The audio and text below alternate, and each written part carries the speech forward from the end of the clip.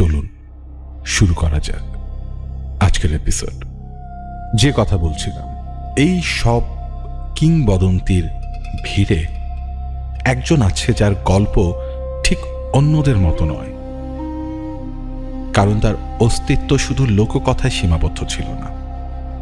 তার নাম পাওয়া যায় রাজ দরবারের নথিতে, যুদ্ধের দলিলে, শত্রুর অভিযোগে আর চার্চের অভিশাপে। সে কোনো অন্ধকার গুহায় জন্মায়নি, সে কোনো গ্রামীণ কল্পনা নয়, সে জন্মেছিল সম্ভবত কোনো এক সিংহাসনের ছায়ায়। একজন মানুষ যিনি দিনের আলোতে ছিলেন শাসক আর রাতের অন্ধকারে একটা আতঙ্ক।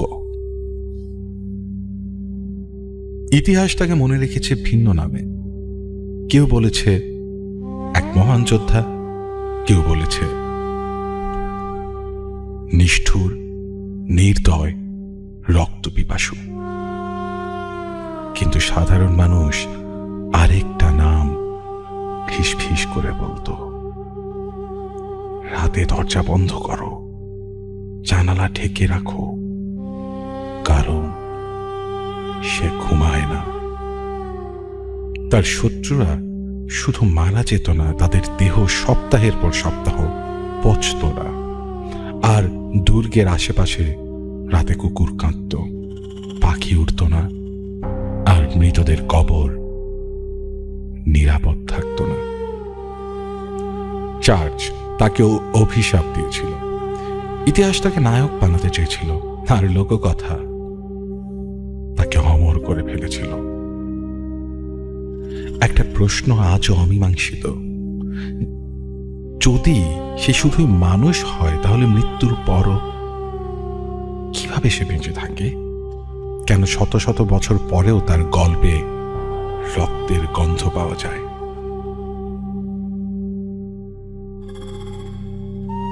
আজ আমরা গল্প বলবো না কোনো দানবের, আজ আমরা খুঁজব একটা মানুষের সীমা কোথায় ভেঙে গিয়েছিল। আজ আমরা দেখব কিভাবে ইতিহাস একটা নাম মুছে ফেলতে চেয়েছিল, কিন্তু ভয় তাকে বাঁচিয়ে রেখেছে। এই গল্প শুরু হচ্ছে একটা জায়গা থেকে, ইউরোপ থেকে। আমরা এগিয়ে যাব।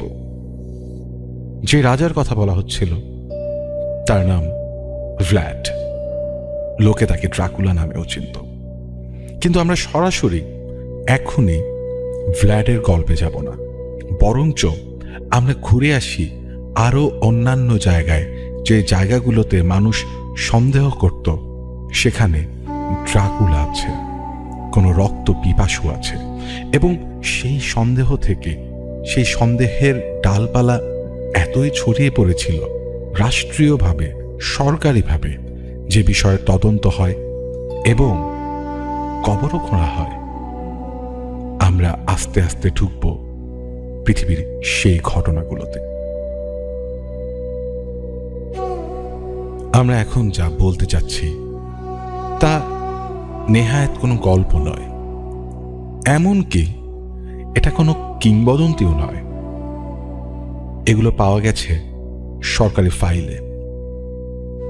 এই ফাইলের নিচে ছিল রাষ্ট্রীয় সিল, একজন সামরিক কর্মকর্তার স্বাক্ষর, কোনো লোককথার সংগ্রাহকের নাম, কোনো গ্রাম্য পুরোহিতের নাম, একজন প্রশিক্ষিত দায়িত্বপ্রাপ্ত সরকারি অফিসারের। এই রিপোর্ট লেখা হয়েছিল 1725 সালে ইউরোপের একটি সাম্রাজ্যের প্রশাসনিক কাঠামোর ভেতর। এখানে কেউ লেখেনি আমরা বিশ্বাস করি ভূত আছে। এখানে লেখা হয়েছিল গ্রামবাসীর অভিযোগের প্রেক্ষিতে কবর খননের অনুমতি প্রদান করা হলো। একটা প্রশ্ন এখানে থামিয়ে দেয়, কি এমন ঘটেছিল যার কারণে একটি সরকার মৃত মানুষের কবর খুঁড়তে রাজি হয়েছিল? এটা কোনো আতঙ্কিত জনতার সিদ্ধান্ত ছিল না, এটা ছিল ফাইল খোলা, অনুমতি নেওয়া, স্বাক্ষর দেওয়া এবং তারপর কবর খোঁড়া। আপনি ভাবতে পারেন সরকার কখন কবর খোঁড়ার অনুমতি দেয়? যখন যুদ্ধ লাগে অথবা কোনো অপরাধের প্রমাণ লাগে। কিন্তু এখানে কোনো যুদ্ধ ছিল না, কোনো হত্যাকারী ধরা পড়েনি, শুধু মানুষ মারা যাচ্ছিল। এবং সবাই বলছিল ওরা মারা যাওয়ার পরও আসছে।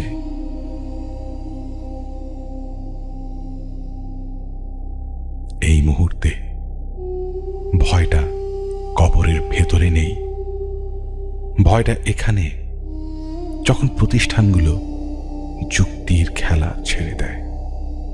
কারণ একজন মানুষ ভুল করতে পারে, একটা গ্রাম ভয় পেতে পারে, কিন্তু যখন একটা রাষ্ট্র মৃতদেহ পরীক্ষা করতে নামে তখন প্রশ্নটা বদলে যায়। এই গল্প ভ্যাম্পায়ার দিয়ে শুরু হয়নি, এই গল্পটা শুরু হয়েছিল একটা স্বাক্ষর দিয়ে।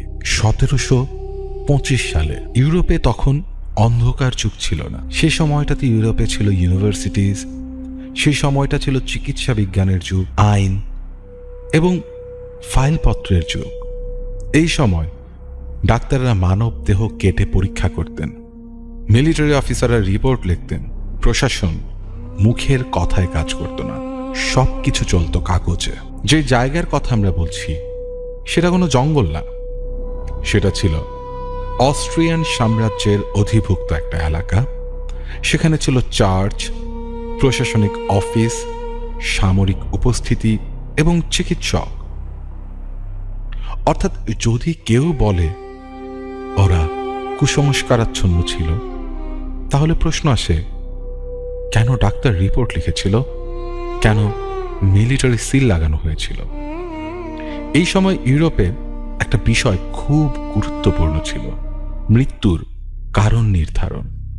কারণ ভুল মৃত্যু মানে আইনি সমস্যা, সম্পত্তির সমস্যা এবং চার্চের প্রশ্ন। তাই কাউকে কবর দেওয়ার আগে সব কিছু যাচাই করা হতো। তবু এই সময়ই একটা অদ্ভুত প্যাটার্ন দেখা যায়। একটা গ্রামে একজন মারা যায়, তারপর আরেকজন, তারপর আরেকজন। সবাই বলছিল ওরা অসুস্থ হয়ে মরেনি। আর অদ্ভুত ছিল এই মৃত্যুগুলো একটা নির্দিষ্ট কবরের পর শুরু হচ্ছিল। গ্রামবাসীরা প্রথমে প্রশাসনের কাছে যায়নি, তারা গেছে চার্চে। চার্চ প্রথমে বলেছিল ভয় পেও না, ডাক্তার বলেছিল প্রমাণ আনো। প্রমাণ বলতে তারা কি আনবে? মৃত মানুষ তো কথা বলে না। তাই যা করা হয়েছিল আজকের দৃষ্টিতে অস্বাভাবিক, কিন্তু তখনকার নিয়মে যৌক্তিক। একটা আবেদন লেখা হয়, সেই আবেদনে লেখা ছিল একাধিক মৃত্যুর কারণ অজ্ঞাত রয়েছে, একই ব্যক্তির নাম বারবার উঠে আসছে। এই আবেদন গ্রামেই আটকে থাকেনি, এটা গেছে ঊর্ধ্বতন কর্মকর্তার কাছে এবং সেখান থেকেই গল্পটা ভয়ঙ্কর হয়ে ওঠে। কারণ এই আবেদনে ভ্যাম্পায়ার শব্দ প্রথমে ছিল না, শব্দটা আসার আগেই সরকার নড়ে চড়ে উঠেছিল। প্রশ্নটা তখন ছিল না এটা কি দানব, প্রশ্নটা ছিল কেন মানুষ মারা যাচ্ছে। আর এটাই সবচেয়ে ভয়ঙ্কর অংশ, কারণ যখন কোনো সমাজ যুক্তির ভেতরে থেকেও ভেঙে পড়ে তখন ভয় কল্পনা থেকে আসে না। আমরা যেখানে ছিলাম 1725 সালে সার্বিয়ার সেই ছোট্ট গ্রাম কিসিলোভা। এই গ্রামের নাম ইতিহাসে ঢুকেছে কোনো যুদ্ধের জন্য না, ঢুকেছে একটা নামের কারণে, পিটার প্লুগোজভিটস। পিটার মারা যান স্বাভাবিক কারণেই, কোনো সহিংসতা না, কোনো রহস্য না। চার্চের নিয়ম মেনে তাকে কবর দেয়া হয়। মৃত্যুর পরের 8 দিনের মধ্যে গ্রামে 9 জন মারা যায়। সবাই মারা যাওয়ার আগে একই কথা বলেছিল, পিটার আমার কাছে এসেছিল। প্রশ্নটা এখানে না ওরা ভয় পেয়েছিল কিনা। প্রশ্নটা হলো, 9 জন মানুষ একই কথা কেন বলবে? ডাক্তার ডাকা হয়। ডাক্তার বলেন এটা অসুস্থতা হতে পারে। চার্চ বলে ভয় ছড়িও না। কিন্তু মানুষ মারা যাওয়া থামেনি। এখানে একটা বিষয় লক্ষ্য করুন, কেউ বলেনি আমরা দানব দেখেছি। ওরা বলছে একজন মৃত মানুষ আমাদের ঘরে এসেছে। গ্রাম প্রধান একটা আবেদন লেখেন। এই আবেদনটি অস্ট্রিয়ান সামরিক কর্তৃপক্ষের কাছে পাঠানো হয়। এই ফাইলে লেখা ছিল, গ্রামবাসীদের মধ্যে অজানা আতঙ্ক ছড়িয়ে পড়েছে, মৃত্যুর কারণ অনির্ধারিত। এখন আসে সবচেয়ে ভয়ঙ্কর অংশ। একজন সামরিক কর্মকর্তা গ্রামে আসেন। তার নাম ইতিহাসে রয়ে গেছে, ফ্রমবাল্ড। ফ্রমবাল্ড কোনো লোককথা শোনার জন্য আসেননি। তিনি এসেছেন যাচাই করতে, তদন্ত করতে। তিনি আদেশ দেন কবর খনন করা হবে। পিটারের কবর খোলা হয়। যা পাওয়া যায় তার রিপোর্টে লেখা আছে, দেহটি সম্পূর্ণ চামড়া, টান টান, মুখে ও নাসারন্ধ্রে তাজা রক্ত, কোনো পচন নেই, কোনো দুর্গন্ধ নেই। এখানে একটা গুরুত্বপূর্ণ বিষয়, এই পর্যবেক্ষণ কিন্তু গ্রামবাসী লেখেননি।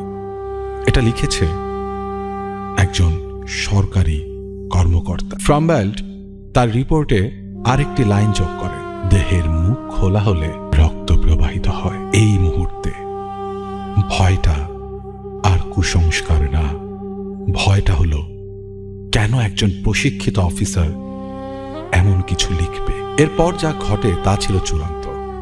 গ্রামবাসীর অনুরোধে পিটারের দেহে কাঠের খুঁটি প্রবেশ করানো হয়।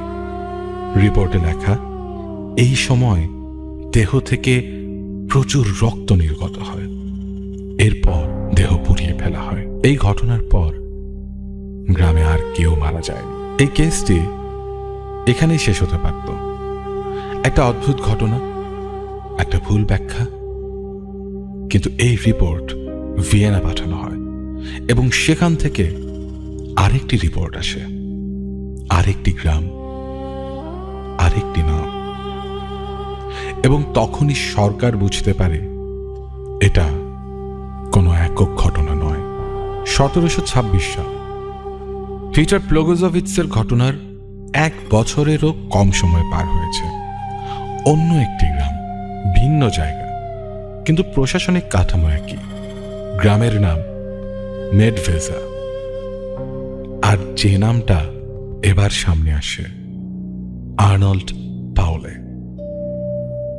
আর্নল্ড ছিলেন একজন সাবেক সৈনিক, খুবই ডিসিপ্লিনড, শারীরিকভাবে শক্তিশালী।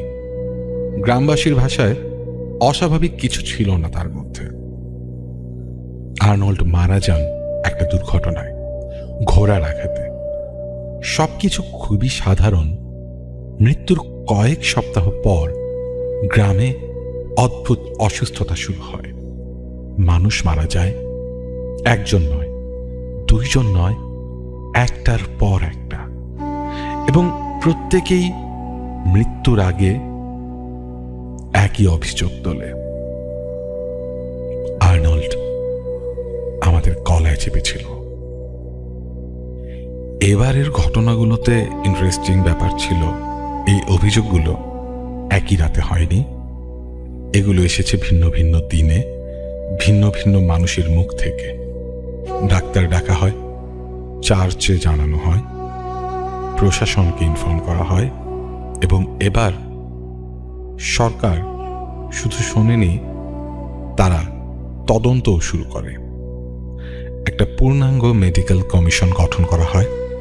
এই কমিশনে ছিলেন সামরিক চিকিৎসক, সার্জন এবং প্রশাসনিক কর্মকর্তা। এই কমিশন কবর খোঁড়ে, একটা নয়, একাধিক।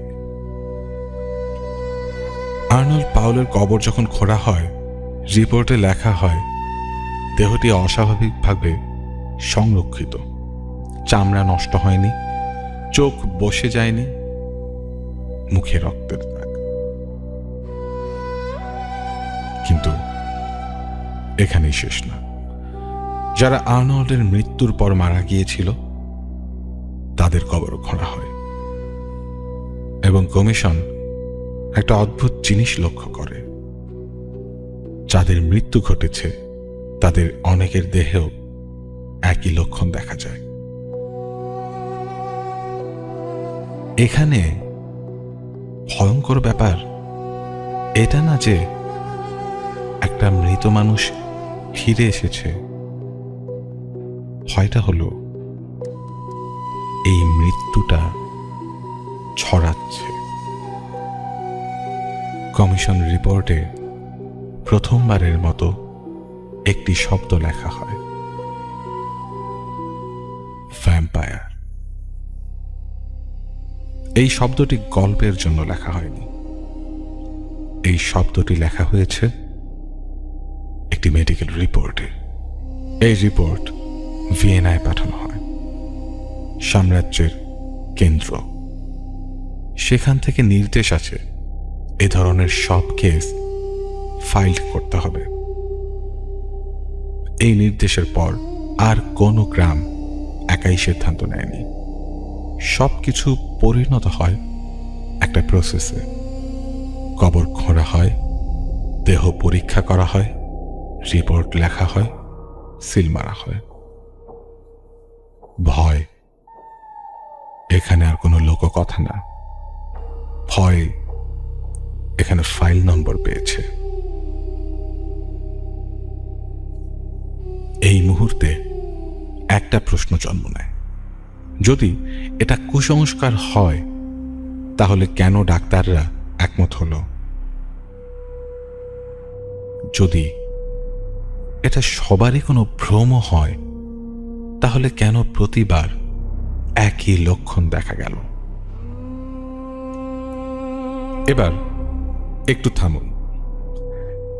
এখানে কোনো দানব নেই, কোনো অভিশাপ নেই, শুধু মানব দেহ। 1720-এর দশকে ডাক্তাররা যা দেখেছিলেন তা আজ আমাদের কাছে বিজ্ঞানের অংশ, কিন্তু তখন এগুলো ছিল অজানা। মৃত্যুর পর মানব দেহ কি করে তা তখন সম্পূর্ণভাবে বোঝা যেত না। ডাক্তাররা যখন কবর খুঁড়ে দেহ তুলতেন তারা দেখতেন পেট অস্বাভাবিকভাবে ফুলে আছে। এই ফুলে যাওয়ার কারণ ভেতরে জমে থাকা গ্যাস, কিন্তু তখন এই গ্যাসের ব্যাখ্যা কারো জানা ছিল না। তাই মনে হতো দেহটি কিছু গিলে ফেলেছে, আর যখন চাপ পড়ত মুখ দিয়ে রক্ত বেরিয়ে আসত। এই রক্ত আসলে ছিল ভেতরের তরল, কিন্তু রিপোর্টে লেখা হতো তাজা রক্ত। আরেকটি বিষয়, মৃত্যুর পর চামড়া শুকিয়ে যায়, ফলে চুল আর নখ বেরিয়ে এসেছে বলে মনে হয়। ডাক্তাররা লিখেছেন চুল আর নখ মৃত্যুর পরও বৃদ্ধি পেয়েছে। আজ আমরা জানি এটা ভ্রম, কিন্তু তখন এটা ছিল অস্বাভাবিক। আর আছে আরেকটা অস্বস্তিকর বিষয়, কিছু দেহ থেকে শব্দ বের হতো। গ্যাস বের হবার সময় এক ধরনের গোঁকো শব্দ, কিন্তু যারা শুনত তারা শুনত একটা কণ্ঠ। এখন প্রশ্ন আসে, সব কিছুরই যদি বৈজ্ঞানিক ব্যাখ্যা থাকে তাহলে ভয়টা কোথায়? ভয়টা এখানে, এই লক্ষণগুলো একটা দেহে নয়, একই লক্ষণ দেখা যাচ্ছিল একাধিক দেহে, একাধিক গ্রামে, একাধিক রিপোর্টে। একই শব্দ, একই পর্যবেক্ষণ, একই সিদ্ধান্ত। এখান থেকেই একটা ভয়ঙ্কর রূপ নেয়। ডাক্তাররা আর ভুল খুঁজছিলেন না, তারা খুঁজছিলেন কারণ। আর মানুষের মন যখন কারণ খুঁজে পায় না তখন সে নাম দেয়। এই নামটাই ভ্যাম্পায়ার। এই নামটা কল্পনা থেকে আসেনি, এটা এসেছে মানুষের বাস্তব জীবন থেকেই। এবং যখন এই শব্দটা ফাইলে ঢুকে যায়, ভয় আর থামে না, ভয় সংক্রামক হয়ে ওঠে। এই পর্যায়ে কিছু একটা বদলে যায়। ভয় আর একটা গ্রামের মধ্যে সীমাবদ্ধ থাকে না, কারণ রিপোর্ট জমা হতে থাকে একটার পর একটা। সব রিপোর্টে ভাষা আলাদা, হাতের লেখা আলাদা, কিন্তু পর্যবেক্ষণ এক। ভিয়েনায় বসে কেউ ভাবেনি এটা কেবল গল্প। একই বিষয় বারবার উঠে আসছিল। মৃত্যুর পরও দেহে পরিবর্তন ঘটছে। এই মুহূর্তে সরকারের সামনে দুটি পথ: এক, সবকিছু অস্বীকার করা; দুই, সবকিছু নথিভুক্ত করা। সরকার দ্বিতীয় পথটাই বেছে নেয়। নির্দেশ জারি হয়, এ ধরনের ঘটনাগুলো নিয়মিতভাবে রিপোর্ট করতে হবে। এর মানে কবর খোঁড়া আর ব্যতিক্রম কিছু ছিল না, এটা হয়ে যায় একটা প্রোটোকল। ডাক্তাররা জানতেন কোন দেহ খুলতে হবে, কি লক্ষণ খুঁজতে হবে, কিভাবে লিখতে হবে। চার্চ জানত কখন প্রার্থনা থামাতে হবে, কখন প্রশাসন ডাকতে হবে। আর গ্রামবাসীরাও জানত ভয় পেলে কোথায় যেতে হবে। ভয় এখন আর অজানা না, ভয় সংগঠিত। কিছু গ্রামে মানুষ রাতের বেলা ঘুমানো বন্ধ করে দেয়, আর কিছু জায়গায় কবরের পাশে পাহারা বসে। কিন্তু কেউ প্রশ্ন করছিল না এটা আদৌ সত্য কিনা। প্রশ্নটা বদলে গিয়েছিল। প্রশ্নটা এখন পরেরটা কে। এই সময়ই একটা শব্দ সীমান্ত পার হয়, ভ্যাম্পায়ার।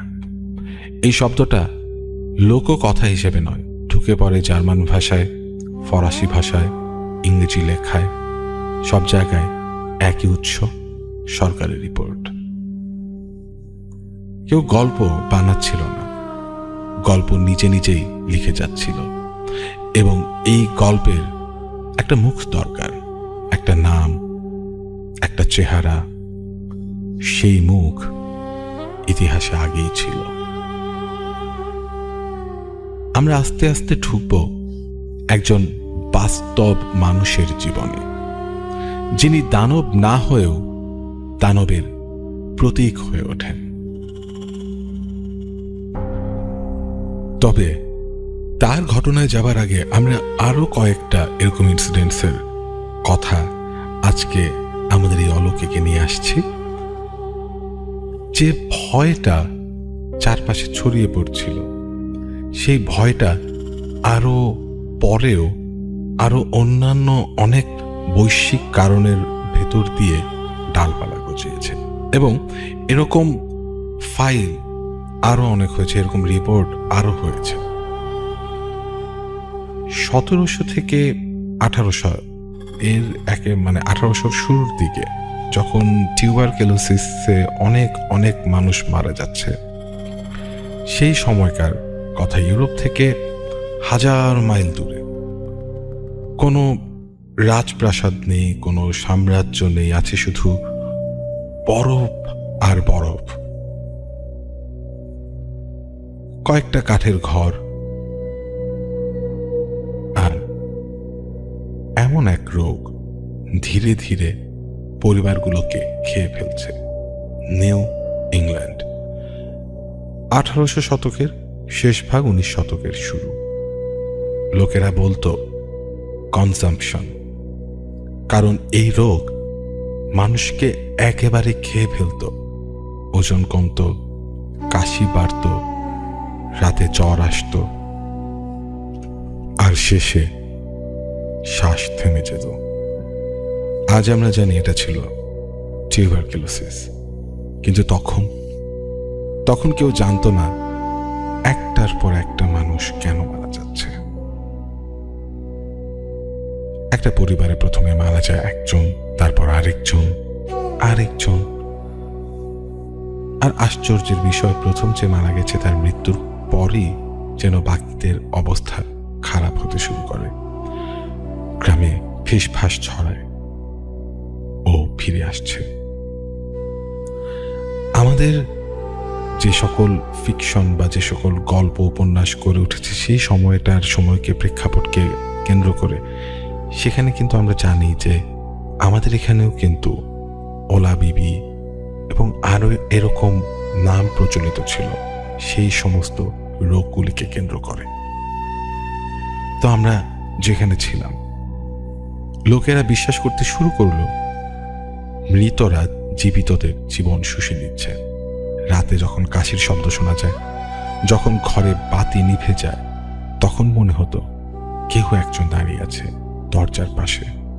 দেখা যায় না, কিন্তু অনুভব করা যায়। কোনো ডাক্তার নয়, সরকারি আদেশ নয়, পরিবারই সিদ্ধান্ত নেয় কবর খুঁড়তে হবে। কারণ তাদের মতে যদি মৃতরা শান্ত না হয় তাহলে জীবিত কেউই বাঁচবে না। কবর খোঁড়া হয়, আর তখনই শুরু হয় আসল ভয়। অনেক দেহে দেখা যায় চুল লম্বা মনে হচ্ছে, নখ বড়, মুখের চারপাশে কালচে দাগ। আজ আমরা জানি এগুলো পচনের স্বাভাবিক ফল, কিন্তু তখন এই চিহ্নগুলোর একটাই মানে, ও এখনো বেঁচে আছে। গ্রিসওল্ড, কানেকটিকাটে একটা কবর আজও আলাদা করে কথা বলে।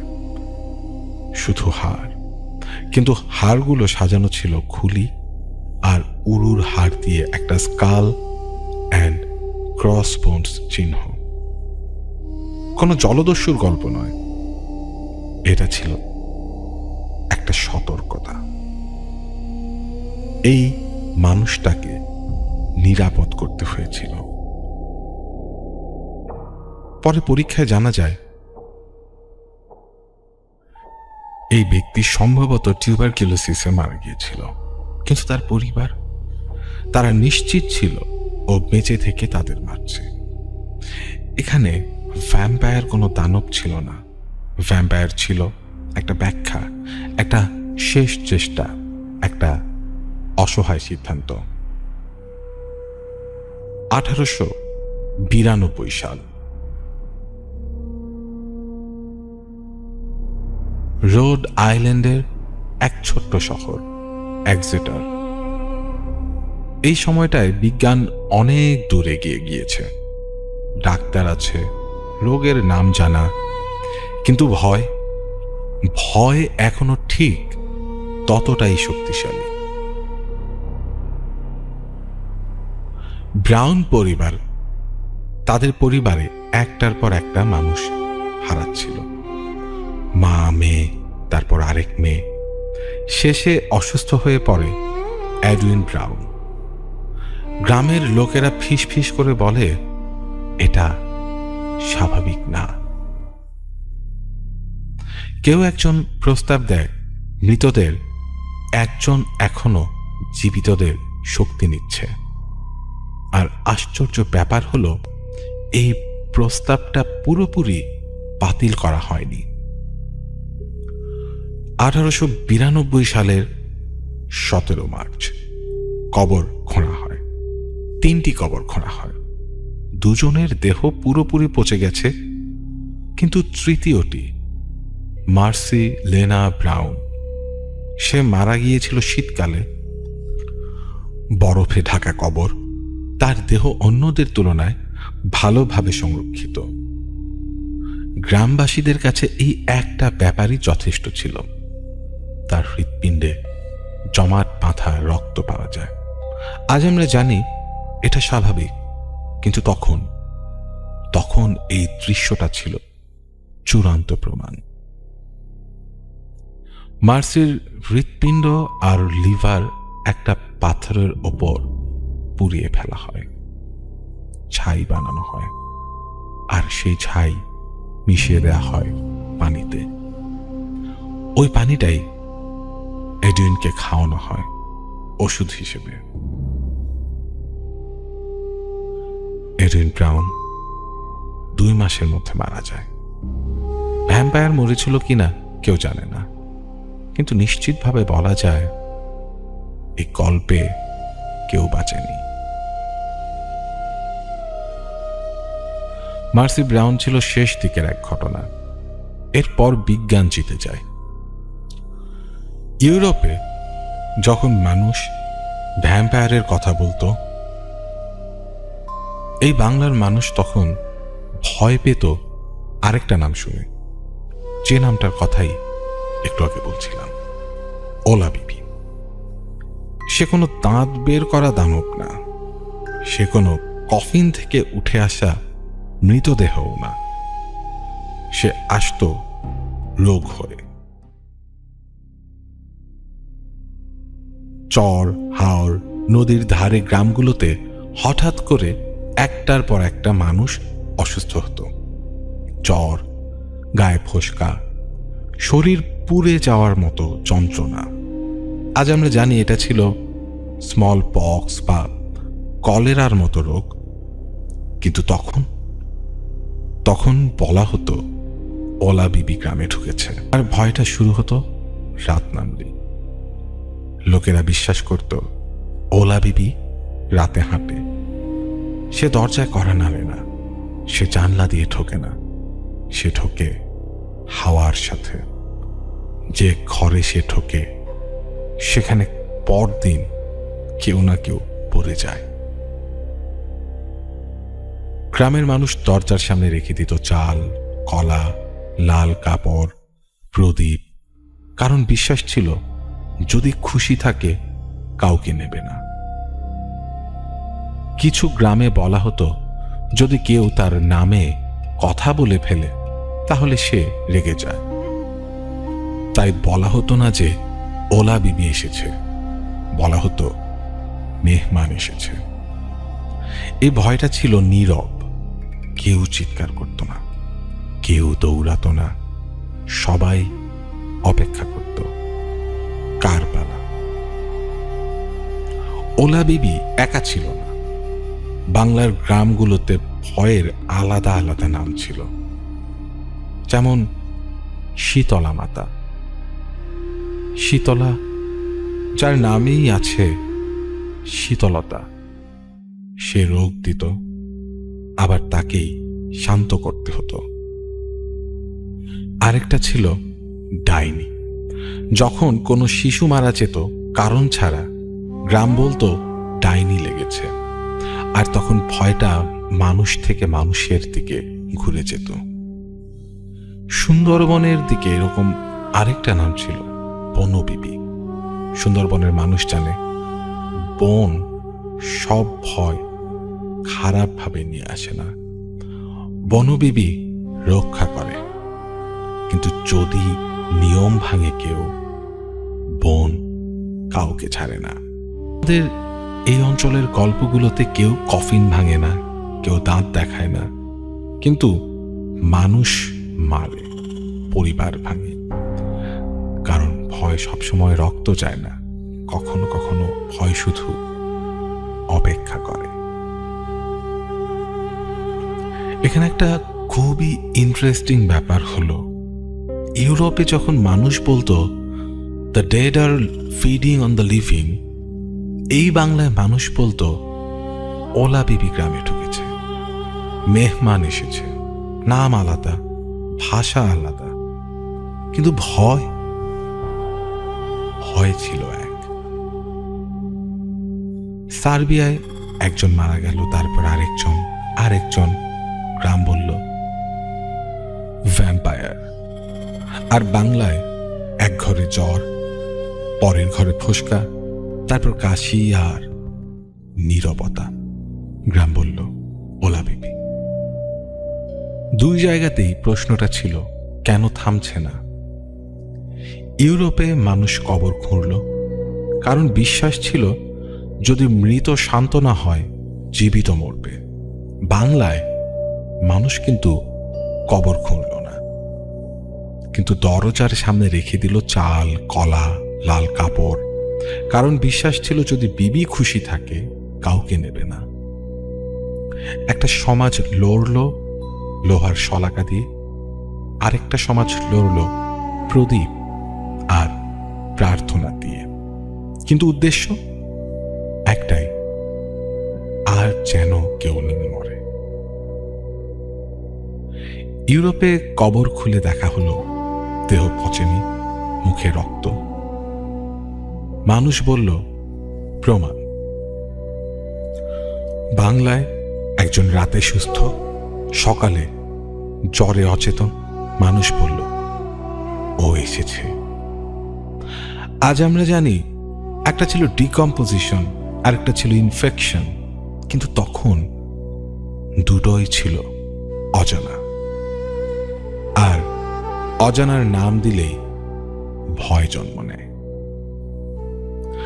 ইউরোপে বলতো ভ্যাম্পায়ার রাতে আসে, বাংলায় বলা হতো ওলা বিবি রাতে হাঁটে। দুই জায়গাতেই রাত ছিল বিপজ্জনক, কারণ রাতে কেউ দেখত না, শুধু অনুভব করত।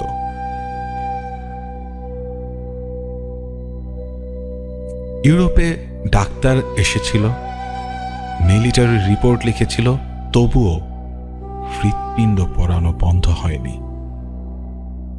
আর বাংলায় কবিরাজ এসেছিল, ফুঁ দিয়েছিল, তবুও মেহমানের জন্য চাল রাখা বন্ধ হয়নি। ইউরোপে ভ্যাম্পায়ার ছিল মৃত মানুষ, বাংলায় ওলা বিবি ছিল দেবী। এক জায়গায় মৃতকে শাস্তি দেয়া হলো, আরেক জায়গায় মৃত্যুকে উপাসনা করা হলো, কিন্তু দুটোই ছিল কন্ট্রোল নেওয়ার চেষ্টা। ভ্যাম্পায়ার আসলে দাঁতওয়ালা দানব না, ওলা বিবিও কোনো ছায়ামূর্তি না। এরা জন্ম নেয় যখন মৃত্যু আসে, আর উত্তর আসে না। একটা সমাজ বলেছে কিল ইট, আরেকটা সমাজ বলেছে প্লিজ ইট। কিন্তু ভয় ভয় শুধু চেয়েছে একটাই, কাউকে থামাতে। নাম বদলেছে, সময় বদলেছে, কিন্তু যদি আজ একটার পর একটা একইভাবে মরতে শুরু করে, তাহলে সেটাকে এখন আর আগের মতো নাম দেয়া হয় না। সেটা তো আমরা দেখেছি। কিন্তু সে সময় সেই ভয়গুলো থেকেই তৈরি হতো এরকম এক একটা চরিত্র। ইউরোপের বন, যেখানে রাত নেমে আসে অন্ধকারের মতো, এক নাম ভয় ছড়িয়েছে, ভ্ল্যাড এইট, প্রিন্স অফ ওয়ালাচিয়া। কিন্তু সবাই তাকে এক নামেই চেনে, ভ্ল্যাড দ্য ইম্পেলার। 1500 শতকের মধ্যভূমি, ওই সময় ওল্ড ওয়ার্ল্ডের রাজ্যগুলো শাসন করত ভয়ের রাজা ভ্ল্যাড। একজন রাজপুত্র প্রতিশোধের জন্য জন্ম নিয়েছিল। তাকে ভয় করত না এমন মানুষ ছিল না, কিন্তু সে ভয় করাতো যে কেউ তার সাথে। শুধু ইউরোপ বা আমাদের বাংলা নয়, আফ্রিকান গ্রামের মানুষও মৃতদের নিয়ে ভয় অনুভব করত। নাম আলাদা, রূপ আলাদা, কিন্তু একই ধরন। মৃতরা জীবিতদের জীবন শোষণ করে। কিছু অঞ্চলে তারা বিশ্বাস করত একটা পুরনো দানব বা আত্মা যা রাতে আসে, মানুষের রক্ত বা শক্তি খায়। যেমন নাইজেরিয়ার অ্যাডজে, এক রূপান্তরিত আত্মা যা রাতের বেলায় ছোট প্রাণীর আকার নেয়। এই প্রাণী মানুষের রক্ত বা শক্তি শোষণ করে। ঘানার কিছু গ্রামে আছে ওডাইফো, যে রাতের অন্ধকারে মানুষ শিকার করে, তাদের স্বপ্ন ও শক্তি চুষে নেয়। এগুলো আমাদের বাংলার ওলা বিবি বা ডাইনির মতো মানুষকে ঘুমের মধ্যে আক্রান্ত করে, সুস্থ থাকার শক্তি কমায়, পরিবারে অসুখ বা অশান্তি ছড়ায়। তুলনা করলে একটা জিনিস কিন্তু দেখা যায়, ভয় সব সমাজে একই কাজ করে। মৃতরা জীবিতদের ক্ষতি করে। মানুষের অজানা আর অস্পষ্ট মৃত্যু সুপার ন্যাচারাল এজেন্ট হিসেবে ব্যাখ্যা করা হয়। পরিবার বা সমাজ রক্ষা করার জন্য বিশেষ পদক্ষেপ নয়, কবর খোঁড়া বা আগুন, চাল, লাল কাপড় বা জাদুমন্ত্র। ইউরোপে ফ্ল্যাট বা পাওলের কাহিনী, বাংলায় ওলা ওঠা ডাইনি, আফ্রিকা অ্যাডসে বা ওবাইফো। রীতিনীতি, নাম, বিশ্বাস ভিন্ন, কিন্তু মানসিক ভয় এবং প্রতিক্রিয়া একই। আমরা আমাদের আজকের এপিসোড শেষ করব আরেকজন মানুষের গল্প দিয়ে, সেভা সেভানোভিচ। আমাদের আজকের এপিসোডের প্রধান ক্যারেক্টার ছিলেন ড্রাকুলা। সে ড্রাকুলা থেকেই আমরা চলে গিয়েছিলাম ভ্যাম্পায়ার কিভাবে, পৃথিবীতে মানুষ কিভাবে ভ্যাম্পায়ারের সাথে পরিচিত হলো, ভ্যাম্পায়ারের জন্ম হলো কিভাবে। আমরা আজকে শেষ করব এরকম আরো একটা গল্প দিয়ে। দূর সার্বিয়ার অন্ধকার বন, এক ছোট গ্রামে বসবাস করত মানুষ। সবাই জানতো রাত্রে সেই জায়গায় কিছু আসে, আর তার নাম সেভা সেভানোভিচ। সেভা ছিল কেবল মানুষ নয়, এক প্রেতাত্মা যা রাতে বেরিয়ে পড়ত, গ্রামের মানুষদের রক্ত শোষণ করত। যারা রাতের দিকে বের হতো তারা আর ফিরে আসতো না, শুধু ছায়া দেখা যেত, শব্দ শোনা যেত, হৃদয় থেমে যাওয়ার মতো হাহাকার। গ্রামবাসীরা বলতো সেভা প্রবেশ করত তাদের ঘরে, বালিশের নিচে লুকিয়ে। মানুষ কাঁপত কিন্তু দেখতে পারত না। যে পরিবারে রাত্রে অসুস্থ হয়ে পড়তো, গ্রাম বলতো সেভা কাজ করেছে। কেউ সাহস করত না এর বিরুদ্ধে কিছু করতে, কারণ চোখে না দেখা গেলেও মৃত্যু নিশ্চিত ছিল। কিছু লোক চেষ্টা করেছিল কবর খোঁড়া, আগুন জ্বালানো বা অন্যান্য কিছু রীতি করতে, কিন্তু সেভা ছিল দ্রুত, নিখুঁত এবং অদৃশ্য। একজন গ্রাম এল্ডার বলেছিলেন, যে রাতে সেভা আসে সে কেবল রক্তই নয়, ভয়ও খায়, আর কেউ বাঁচে না। ইউরোপে যখন ভ্যাম্পায়ারের আতঙ্ক, গ্রামীণ বাংলায় যখন মানুষ ভাবছে ওলা বিবি এসেছে, কিংবা আফ্রিকার কোনো এক জনগোষ্ঠী কোনো একটা ভয়ঙ্কর প্রাণীর ভয়ে কুঁকড়ে আছে, সেই সময়টাতে যেমন ভয় ছিল, সেই সময়টাতে মানুষ যেমন ব্যাখ্যাহীনতার সেই সময়টাকে ভয়ের হাতে সঁপে দিত, এই সময় আসার পরও কিন্তু মানুষের ভয় আছে। এখনো যে কেবলমাত্র দৃশ্যমান জিনিসকেই মানুষ ভয় পায় তা নয়, এখনো অনেক অদৃশ্য ভয় আমাদের চারপাশে ঘুরে বেড়ায়। আমরা এখনো এমন কিছু দেখি যা আমাদের ভাবতে বাধ্য করে। বিজ্ঞান সব কিছুর ব্যাখ্যা দিলেও কিছু কিছু ক্ষেত্রে এখনো পর্যন্ত মানুষ অসহায়, এবং এখনো পর্যন্ত মানুষ মনে করে যে এই ব্যাপারগুলো আসলেই সুপার ন্যাচারাল, এই ব্যাপারগুলো ব্যাখ্যা করা হয়তো সম্ভব না। কিন্তু আমরা আসলে কখনোই জানি না যে সময়টা আসছে সেই সময়টাতে আসলে ফেলে আসা সময়কে কেমন দেখাবে। কিন্তু যে বিষয়টা বর্তমান সেটা হচ্ছে ভয়। সেটার ব্যাখ্যা থাকুক আর না থাকুক, যে সময়টাতে সেটা ছড়াচ্ছে সেই সময়টার ভয়টাকে আমরা কখনোই অস্বীকার করতে পারি না। অলৌকিকে আমরা নিয়ে আসি সেই ভয়টাকে, কারণ সবকিছুর ভেতরেও, সবকিছুর পরেও এই ভয় বিষয়টাকে মানুষ এন্টারটেনমেন্ট হিসেবেও নিতে চায়। মানুষ যেমন দুঃখবোধ কেউ গ্রহণ করতে চায়, মানুষ মিথ্যা জেনেও হাসিকে গ্রহণ করতে চায়, মানুষ ভয়টাও পেতে চায়। আর সেই ভয়গুলোর বাস্তব চিত্রগুলো আমরা নিয়ে আসার চেষ্টা করি আমাদের অলৌকিকে। সামনের এপিসোডে আমরা নিয়ে আসব পৃথিবীর আরো ভয়ঙ্কর কিছু ক্যারেক্টারের কথা, এবং আপনাদেরকেও বলছি আপনারা আপনাদের ভয়ের ঘটনাগুলো আমাদেরকে পাঠান, আপনাদের ভয়ের কথাগুলো আমাদেরকে জানান, আর সেগুলো নিয়ে আমরা আসবো আমাদের অলৌকিকে। আর সেই সাথে আপনি জানেন আমরা কিছুদিন আগে চার্লস ম্যানসনকে নিয়ে কথা বলেছিলাম। আমাদের স্টুডিওতে গেস্ট হিসেবে এসেছিল একজন। আমরা সামনে এরকম অদ্ভুত ক্যারেক্টার এবং এরকম ডিস্টার্বিং ক্যারেক্টার নিয়ে আরও এপিসোড করব, এবং আপনিও চলে আসতে পারেন আমাদের স্টুডিওতে। যদি আপনি স্টুডিওতে আসতে চান, আমাদেরকে ইমেইল করে জানান, আমরা alokik@gmail.com এই ইমেইল অ্যাড্রেসে। আমাদের আজকের এপিসোড আমরা এখানেই শেষ করছি। ভয়ের সাথে শুরু করে আমরা ঘুরে আসলাম পৃথিবীর নানা প্রান্ত। আমরা জানার চেষ্টা করলাম মানুষের মনের ভেতর যে ভয়গুলো জন্ম নিত, সেই ভয়গুলো কি কি নামে ছড়াতো, এবং আমরা এটাও দেখে আসলাম আমরা বা পৃথিবীর বিভিন্ন প্রান্তের মানুষ কিভাবে সেই ভয়টাকে প্রতিহত করার চেষ্টা করে। আমাদের আজকের এপিসোড এই পর্যন্তই।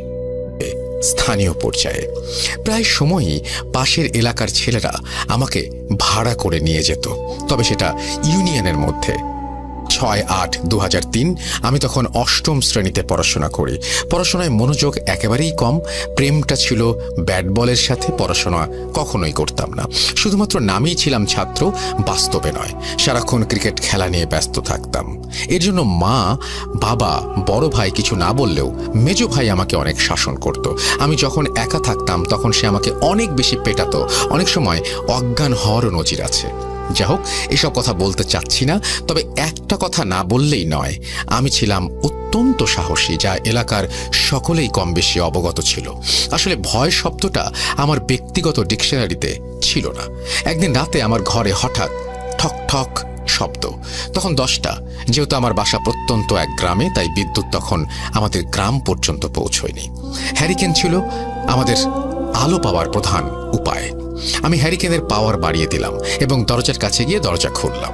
দেখি 15 বছরের এক কিশোর আমাকে জিজ্ঞেস করছে, তুমি কি রুদ্র? আমি বললাম, জি আমি রুদ্র। সে কিশোর ছেলেটা আমাকে বলল, তুমি কি